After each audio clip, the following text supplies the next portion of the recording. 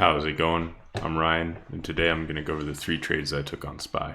All 3 happen to be winners. I sized down today, so not a huge day overall, but 2 decent winners and 1 super small scalp. Before we get into those trades though, we're on the daily time frame here looking at SPY. A few of the relevant levels that we were watching were yesterday's high around 478.11, 477.5, 476.6, 475 or 476 we'll call it, and about 475.3. These levels are just based on either the daily or the hourly or 4-hourly chart. So for instance, you can see like this level was pretty much the high of both these days, recent 52-week high. This level, a high a day for a couple of levels, also a closing price here. High of this swing here, high of this candle here. So nothing super out of the ordinary, but those are where those levels are coming from. We'll hop into the 5-minute chart and take a look at kind of what price did today. So we looked pretty strong in the pre-market, opened up, pushed up above yesterday's high a day, but quickly rejected. My first trade was puts up here. I only took a single contract, which hurts me because we see how much of a move that this made. Those contracts ran well over 100%. I got about 20% out of them. But let's dive into why I took that trade, and we'll also talk about, why I took profit where I did. The reason why I took that is because yesterday we saw something similar, right? We were opening up looking kind of strong. We pushed up, set a new high on the 52-week high, and immediately reversed. Today we're kind of setting up for something similar, and one thing that I was watching was this area in the pre-market that we had rejected about 2 times here. So somewhere, we'll call it up in there. We see that we get that high here, rejection. We come back up, reject. Yesterday we opened up, didn't quite get up there, and rejected. So today, coming into the day, and you can see it on the 5-minute here when we're zoomed out a bit, but that same area that we had rejected so violently yesterday pre-market was the same area that we had shown some weakness as we opened up. So look, we come up, we have longer upper wicks, multiple 5-minute candle closes in a low with that long upper wick. You can see in the 2-minute as well, volumes there, but we just can't really push up. We're seeing longer upper wick, longer upper wick, longer upper wick, all these small candle bodies, long upper wicks, and not really much success pushing higher. I took puts, I believe on this candle here. We had one little push up and then things reversed. I sold out on this candle here for about a 20% gain. The reason why I did so is on the 5-minute we had the 9 EMA. I'm not going to toggle it on just yet because I will be switching between time frames and I only watch it on 5-minute. But nevertheless, the 9 EMA was somewhere in this area around 477.8 or so. So as we broke and came down, I took my 1 contract off. Had I had multiple contracts, obviously would have set the runner to break even, and this move would have been glorious. I did not capture that. Like I said, I only took 1 contract. I felt that taking puts up here might be a little bit of a gamble. 2020 hindsight is a real thing. I wish I loaded the entire portfolio, right? Because it absolutely dumped and those contracts moved insanely well. But nonetheless, I took my contract off once we came down and approached that 9 EMA, as we still were in an uptrend. And I was expecting us to find maybe some support there. I was not expecting us to just dump this hard. Otherwise, obviously, I would have held. Can't foresee the market, but that was my first trade of the day. Saw about 20% or so return on a single contract. So not too bad. I think it was actually over 20. It might have been closer to 30. That was a good one. Second trade of the day were calls right here. So I took calls and I cut somewhere up. And once we broke above 477, I took 477 calls right here. Reason being, what do you notice about this right here? Is it gonna let me do it? What in the world? We have massive volume, right? We have massive volume. And what do we do on that massive volume? We come down, test this level, and hold it. We get the 5-minute close on the highest volume candle of the day. That to me shows that there's some significance there. If it was all sellers, obviously we wouldn't have held that level. So I knew that buyers were present. That was on the 5 minute. Let's take a look at the 2 minute. When we look at the 2 minute, what do we see?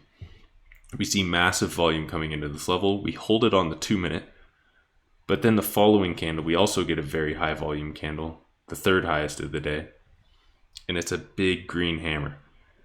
That's perfect. Right at a level of support, we're expecting a reversal here. I entered calls after we printed this. So we came down, we held that level on the 5 and the 2 minute. The 2 minute showed that green hammer. It gave me the confidence to enter. I took profit once we broke above 477. Once again, I only traded one contract, so super small size. I wish I had a runner here because we almost made it up to the next level. Those ran pretty well. I think the actual contract, I don't know the exact percentage. I had a small win here, maybe around 20%, maybe a little less. But those contracts ran really well when we pushed up above 477 as I took the 477 strike. So once those got in the money and pushed up, that ran really well. I just took a quick scalp here because it was counter to the trend. We were showing some weakness on the day and I didn't really want to hold. Also, I only had one contract, so I took the profit once I hit my my quick scalp. That was my second trade of the day. My third and final trade of the day was calls right in here. So I took calls at the bottom of this. I took 2 this time, and I think the reason why I took 2 is because I had previously had 2 trades that, had I had runners, would have performed much better, that I perhaps cut out of, or I took profits too early, we could say, and didn't capitalize on the full move of the trade. So I took 2 here. I will add the EMA now, and we'll take a look at why. So we'll add that 9 EMA on the 5 minute, solid.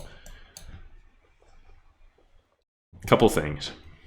We had been in a downtrend all day, but once we made this bottom, we saw an increase in volume, or a pretty high volume on buying, and we looked bullish. And for the first time all day, we had rallied above and closed above the 9 EMA, except for the morning when we started off above the EMA. We had that big sell-off, and from there that EMA acted as a pretty strong resistance. Each time we touched it, we rejected, touched it, rejected, touched it, rejected, touched it, rejected. But finally we had some strength. We were holding, we found a bottom, or so it appeared. We came up, we held the next level, we rallied up and closed above the EMA. This showed me that there might have been a change in trend happening. We'd come down, it looked like we formed a bottom, and we were showing some strength. To me, this looked like sellers were kind of out of the equation. Buyers had started to step in finally, and the tides were shifting. So I took calls here. What was I looking for? I was looking for something similar to yesterday. So yesterday we had a massive sell-off as well, right? But once we found that bottom and we started to regain some control on the buying, things moved up from level to level.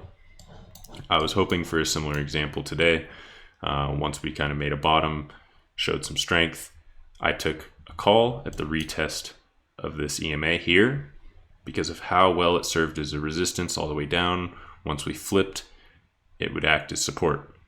And you can see that it did for a while until we broke through. But I took call 2 contracts here. I took 477 contracts. I was hoping for us to break above this level and continue our way up to the next. When we pushed up here, I took profit on one of them. It was about, I don't know, maybe 15% on one, and I set my runner to break even.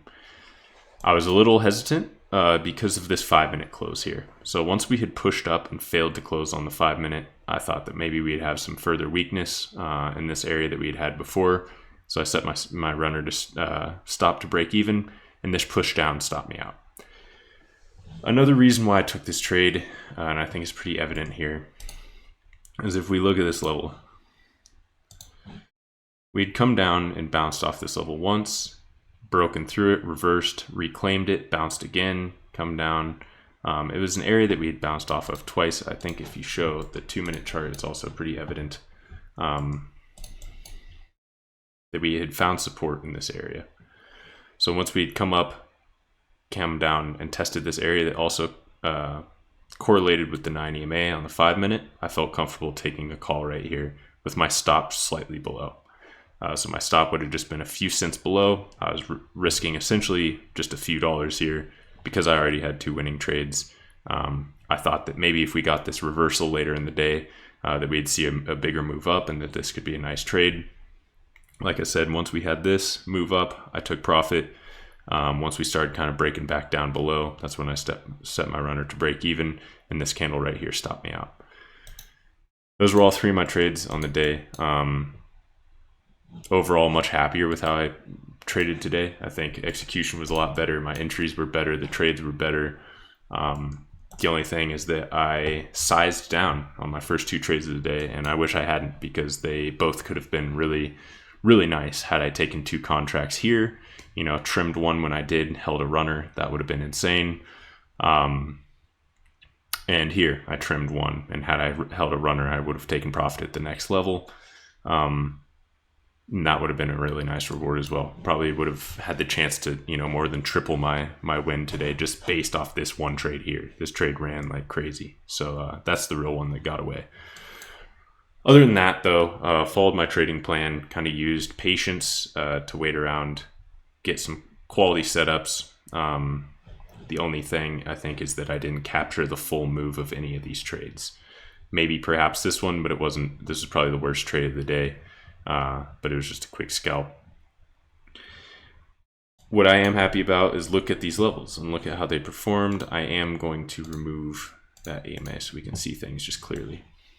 Look at the levels. Come down, find support exactly at this level. Come up, find resistance pretty much exactly at this level. Come down the next bottom at the next level. Lower high at this level. Next low at this level. Lower high at this level, and we just kind of bounced level to level. And you can see how on this we were holding this level with the long wicks at the bottom before we kind of rallied up. There are some exceptions here. For example, like this didn't stop at a level. This was kind of in between 2 levels, but nonetheless, for the most part, price action went pretty well according to where I was watching in terms of my levels. Even here, we come down, find support here, rally up. So I think my levels being accurate is giving me some confidence. I think just execution and position management is going to be huge. Execution was better today. I think I did all right considering I was only trading 1 contract. Obviously, you can't trim and leave runners with 1 contract. Whether you cut or take profit, that's it. So. It is kind of difficult to trade with a single contract if you want to manage a position. But overall happy with the way that the day ended and into the week as well, ending up positive. That's all I have for you. I appreciate you watching. Thank you very much. I do trade live Monday through Friday, so I will be here next week. If you want to stop by, say what's up, please do. I hope you have a great rest of your day. All right, peace.